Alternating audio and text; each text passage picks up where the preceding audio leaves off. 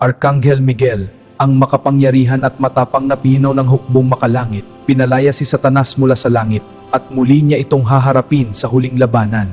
Sa ikalawang lugar ay ang mahiwagang anghel na si Metatron. Ayon sa ilang dikanonikal, siya raw noon ang propetang si Enoch na binigyan ng mataas na katayuan at ginawang anghel. Sa ikatlong lugar ay si Arkanghel Gabriel, ang dakilang mensahero. Siya ang naghatid ng mabuting balita kay Maria tungkol sa kapanganakan ni Jesucristo na nagbago sa takbo ng kasaysayan ng mundo.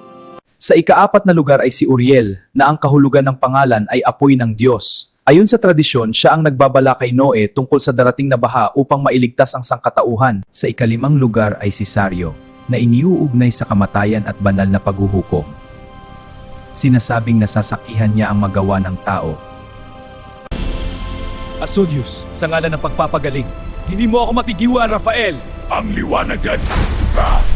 Ibalik ko ang kalusugan sa katawan at kaluluwa. Kung naniniwala ka na ang Diyos ay patuloy na nagpapadala ng kanyang mga anghel upang tayo ay protektahan, manalangin tayo na naway ingatan niya tayo sa kanyang banal na pag-iingat.